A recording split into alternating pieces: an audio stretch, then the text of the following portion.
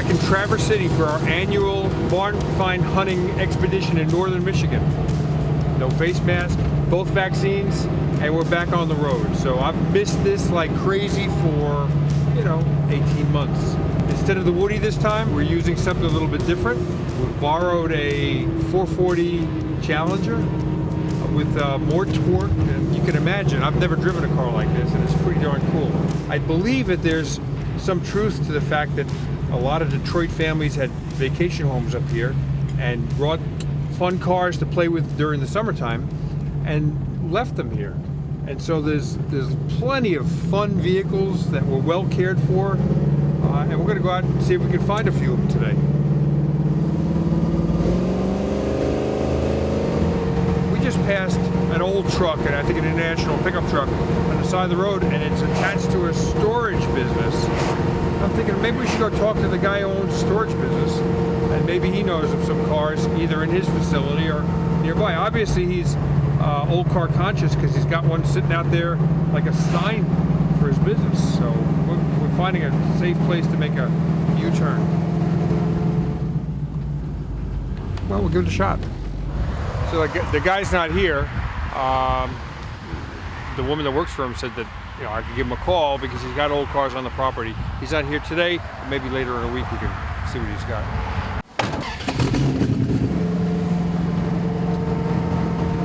You can tell this car was built during a different era. We're going on 70 miles an hour, and you're kind of waiting to hear one more shift. But it's a 3-speed torque flight, and it probably has 411 gears in it or something. And it was built during a time when gas was 35 cents a gallon. To drive around a car like this at $3 a gallon today, gas 3 times as expensive as it was back then, it cost a few dollars to take a long trip. When we were here in March, we passed these places, didn't stop. Now we're going to go back and check it out. There's a guy with a bunch of Subarus in his yard, and then another garage next door with at least an old Mustang. So we're going to check those out.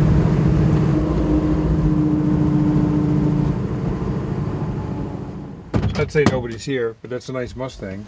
I'm guessing it's a 71, 72. I start losing track of those dates, the later ones.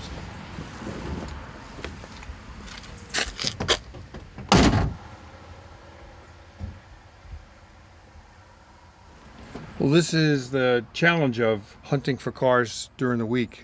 Most people are working. This is somebody's hobby shop, I suppose. So we got I think a 71 Mustang over here, a Grande. We might stop back later in the week. So obviously this person is seriously into Subarus. There's a wagon, there's a Brat. Look pretty rough. I don't think anybody's here either. Again, it looks like another hobby shop, somebody's personal hobby shop, and they work during the week. So this is what happens when you go hunting for cars on a Monday morning at 10 o'clock. You come across a lot of potential barn find stories, but people just aren't around. So we're going to try to make it back here potentially after dinner one of these nights. See what it's all about, the Subaru Rally Race Team.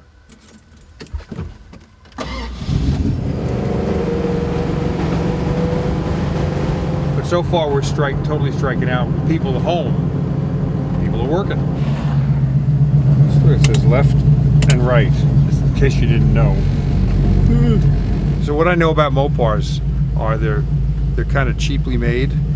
Lots of plastic little buttons. There's lots of vibration and things rattle, and they're fast as stink. Well, morning one turned out to be a bust. This is what barn find hunting is about. It starts off slow, but as you know, sometimes it really picks up speed, and we wound up spending the last few days frantically trying to put all these cars on film so you could see them. Okay, as I say that, I just saw an old Mopar in a garage just over there. The door was open and it looked like somebody was home. It looked like something from, I'd say probably 71, 72. And so I'm gonna turn around and see if there's an interesting story. It didn't look like I had plates on it, and it was undercover, which is a good thing. And we're driving down the road and this garage door is open and I see a Mopar. And I knock on the door, and it's Victoria Wilson's. Suddenly it's turned into Mopar Monday. tell us about your husband's car. It's a Belvedere, I guess? This Polaris. is a 1966 Dodge Polara. He's had it now for 20 years. It was most of its life a California car. It's never seen snow. Oh gosh, 9-to-1 compression. The engine is not the original engine. It's loud. It's fast. It's just been something that he's loved to play with and work on and continue to improve every year. My dad always liked, he was a Dodge guy too. We always watched like Richard Petty racing. He knew how to work on cars, and so I'd watch him, and that's part how I know a little bit about it. I'm impressed that you know this stuff. So, I mean, is he going to keep the body the way it is? Is he going to repaint it? Absolutely. He loves the patina on it and loves that it just is not like a perfect car. Because then you look at it, you put a lot of money into making it beautiful and it becomes a trailer queen, and you don't want to drive it. And he's never wanted a car that he's not going to drive. Sure. So we heard Mrs. Wilson's side of the story regarding this car, and now we're going to hear Mr. Wilson's side of the story. So glad to meet you, man. It's good to meet you finally, Tom. So you've watched the program? I have watched the program, yeah. I like that you get some on there that aren't your average automobiles and the really sought after ones that you see a lot of average cars that people just kept because they love them. Yeah. Which is kind of what this is. Well, so yeah, so tell us about this car. It's a 1966 Dodge Polara 500, and a fella drove it from California to Brighton, Michigan, where he blew the engine in it, and it sat until the police tagged it, and then it got impounded. What motor did it have from the factory? It was originally a 383 two-barrel car. Okay. So it's got the console, automatic, and it had a 440 installed in it with 6-pack heads and rods and crank. Single 4-barrel? It has a single 4-barrel Holley 3310 series vacuum secondaries. So Victoria says you're going to leave it as is. You like the patina? I do like the patina. It's got the dent in the back there where it looks like somebody's grandmother clipped the edge of the garage. And it's got a couple of spots on it that have primer. I mean, I've had it for about 22 years. And I got caught in the rain twice with it, but otherwise it's spent its whole life living in a garage. So. Well, it's a cool car, and it got our attention. The interior is completely stock. It's a very strange interior in that this car was built as a fleet vehicle. They became police cars and fire cars and taxis, and they were really, really popular for that purpose. So they all got pretty much used up. I've had this car for, like I said, about 22 years. I've never, ever stood in the presence of another one. I've never seen another one. No, it looks to be in good shape, though. It's pretty good shape. The driver's seat is torn up. I suspect a big guy owned it at one point and used it up pretty good. So, but otherwise, I mean, it's not bad. So how many miles are on this? I'm not sure, to be absolutely honest with you. It says 64,000. Do you think that's factory from I would think that that's probably fair, 64,000. Wow. You know? 64,000 for a car that's more than half a century old. Jeez. Yeah. Pretty cool. Oh, yeah. Isn't that nice how he just fits right in there? Everything's where it's supposed to be?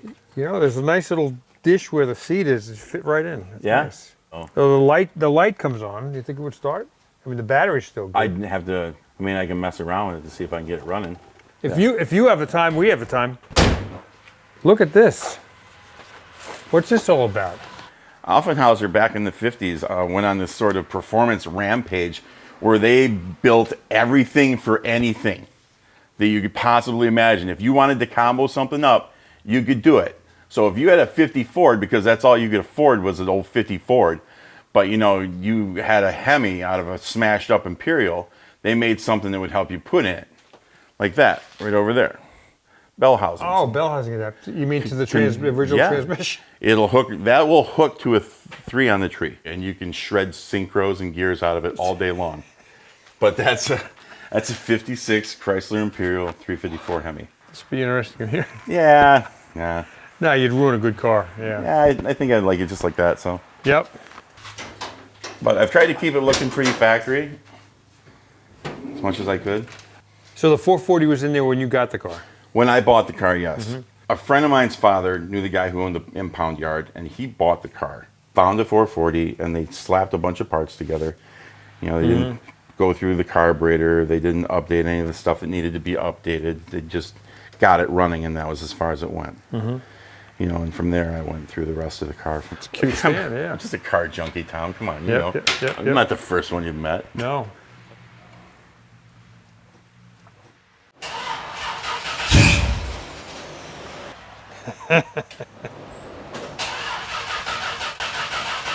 You want me to just keep squirting or what? Yeah, if you want, that'd All be right. great. Just watch your eyebrows. Yep, yep.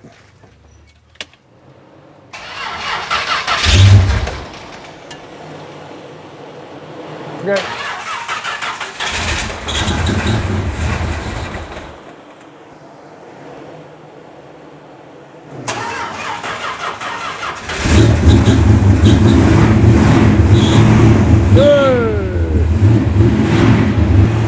Man, it sounds great. What a nice sounding engine.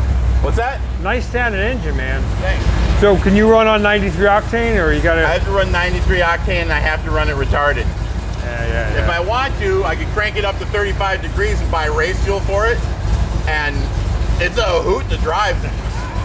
But it's expensive, much more than this. Oh, it sounds great. Well, maybe you should start driving it to work again. Yeah. I might have to now that I got it all cleaned off, Tom. So we're gonna do something that we've never done on Barn Find Hunter before. We're gonna drag race this Mopar against this Mopar for titles. I mean, that's McKeel's car. I don't think he'd mind if he. You wouldn't mind risking it at all, I'm sure. All right, best man wins. All right.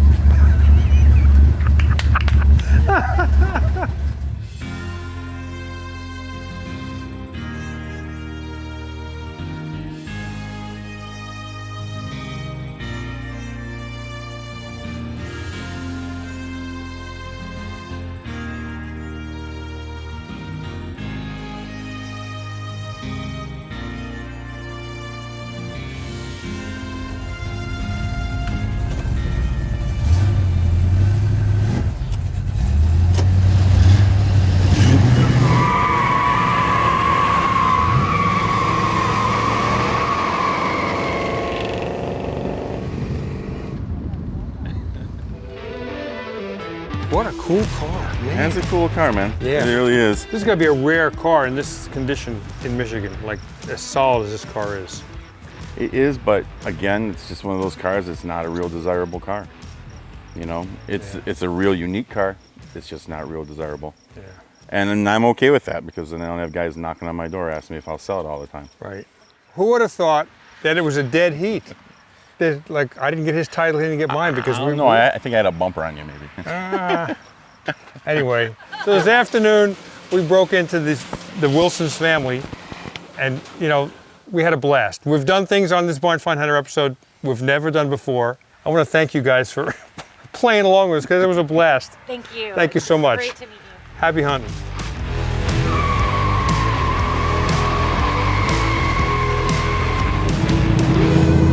So Cliff, a mile from his house, he said, look on the right side, you'll see a bunch of tractors, and in the barn are old cars.